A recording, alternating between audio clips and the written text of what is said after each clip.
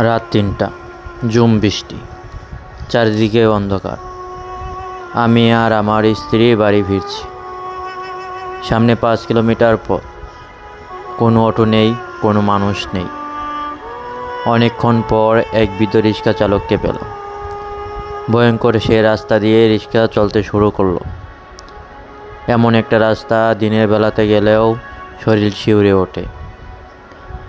রিক্সার লাইট নেই।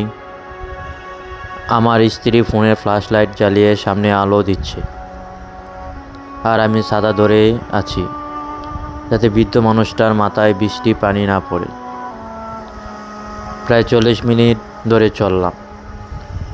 বৃষ্টি, অন্ধকার আর ভয় সব মিলিয়ে মনে হচ্ছিল পথ যেন শেষ হচ্ছেই না। দেবদাস ব্রিজের কাছে পৌঁছানোর পর চারপাশে শুধু অন্ধকার আর নীরবতা।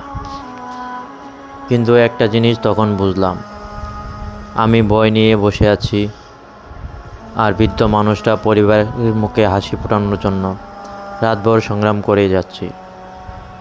ঈদটা ভালো কাটবে বলে, সন্তানের জন্য কিছু নিয়ে যাবে, এ আশাতেই তিনি ভয়কে হারিয়ে কাজে বের হয়েছেন। প্রতিটি পুরুষের জীবনে এমন রাত থাকে যেখানে ভয় থাকে, ক্লান্তি থাকে, কষ্ট থাকে। তবুও সে থামে না, কারণ তার পেছনে অপেক্ষা করে থাকে একটি পরিবার।